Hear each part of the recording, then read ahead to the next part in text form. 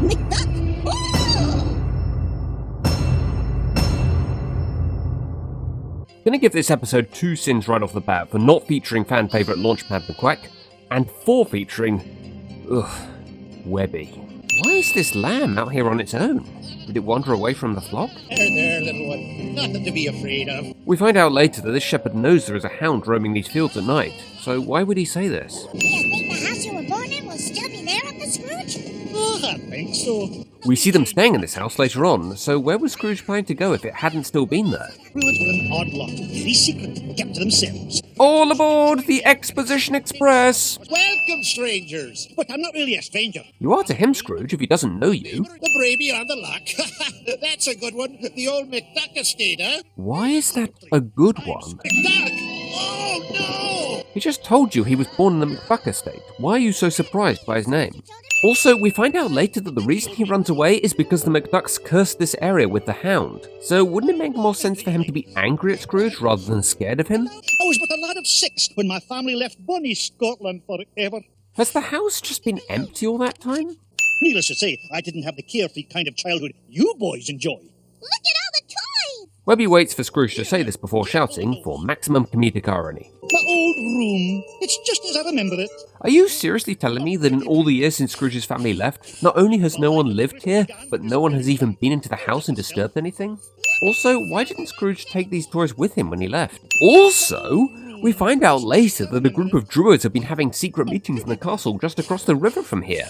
But they never thought to meet in the house that was right next door? It still has money in it. I understand why Scrooge would be excited about finding money, but given that Britain changed to decimal currency 16 years before this episode aired, it's unlikely that it will be legal tender anymore. It's called a kilt. Well, whatever you call it, I hope you stayed out of the wind. Yes, God forbid we see that part of Scrooge's anatomy. It's much better now when, he doesn't wear anything below the waist. And of course there's the curse. It's just a foolish story. I'm sure my mother made it up merely to keep me from snooping around over there. Then why did you announce it so dramatically? It was a great glowing beast that only came out at night. Let's go explore it! Unless, of course, you're afraid of the doggy, Uncle Scrooge. Well, it wouldn't matter if he was, since it's daytime right now. Oh yes, I forgot. The McDucks destroyed the old bridge. Yeah, but couldn't you see that it was destroyed from the cottage? Why is there a set of clothes in this wardrobe Webby opens if no one lives here? Did the kids get this fire going by themselves while Scrooge was getting changed? Isn't that a bit irresponsible of him? All the McDucks used to dress this way. No wonder dogs kept chasing them. What does Huey even mean by this? Build your castle here, Silas McDuck, and it will be forever cursed. We find out later that the reason this guy in the cloak says this is because he was building on a druid meeting place. So why didn't he just say that in the first place? But you don't believe that story, do you, Uncle Scrooge? Me? No. If you don't believe the story of the hound, then why are you scared of it? Webby is more shocked by Scrooge's hat going behind the fireplace than the fact that the fucking fireplace just moved! Push it back! Since we've already seen the fireplace move on its own, I don't think that's going to do much good. You don't suppose it can become invisible, do you? What are you trying to do, scare us? Wait, what's so scary about it being invisible? Scrooge and the kids run out of the castle in fear, then immediately head back into it. It was your family brought that horrible hound upon us. Well, it was his family's actions that brought the hound, but that's no reason not to help him. Scrooge isn't responsible for his ancestors' actions. The shepherd flat out refuses to help Scrooge, but quickly retracts his refusal just because Webby gives his lamb a carrot.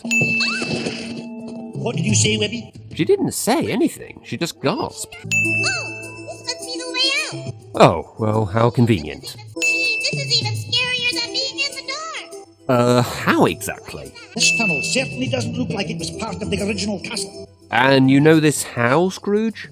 I'm guessing Scrooge and his nephews walked through this area behind them in order to get here. So how exactly did the hound get behind them without them seeing it? Character tries to alert another character of danger with them responding, "Not now," cliche. Well, at least we know one thing for sure. It doesn't just come out at night. Huey says this like it's a good thing.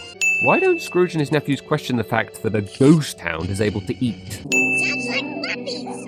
One of them giggles a lot like Webby. Scrooge's hearing skills are beyond reason. Webby's initially happy Scrooge finds her, but then gets mad when Scrooge suggests nothing happened to her. The druids must train them to chase people away from the castle. Aye, and they've been doing it since they put that curse on my great-great-grandfather. I wonder if the McDuck family were related to Sherlock Holmes. The hound just happens to be right behind the fireplace when it opens. Neither of these druids notice the net on the floor until it's too late.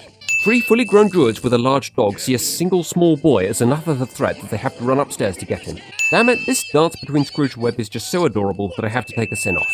The hound is noticeably more friendly when Scrooge offers it sausages than it was the last time this happened. This was a druid meeting place long before Silas McDuck came to this valley. Oh, well at least he honoured the location by making the stone circle part of the castle's interior. Do the druids need to keep their hoods up the whole time? The solution to the conflict was the druids selling out. How did you make that hound glow in the dark? A very special flea powder. Why is this dog suddenly being nice to Scrooge? He doesn't know that the druids don't need him to be scared anymore.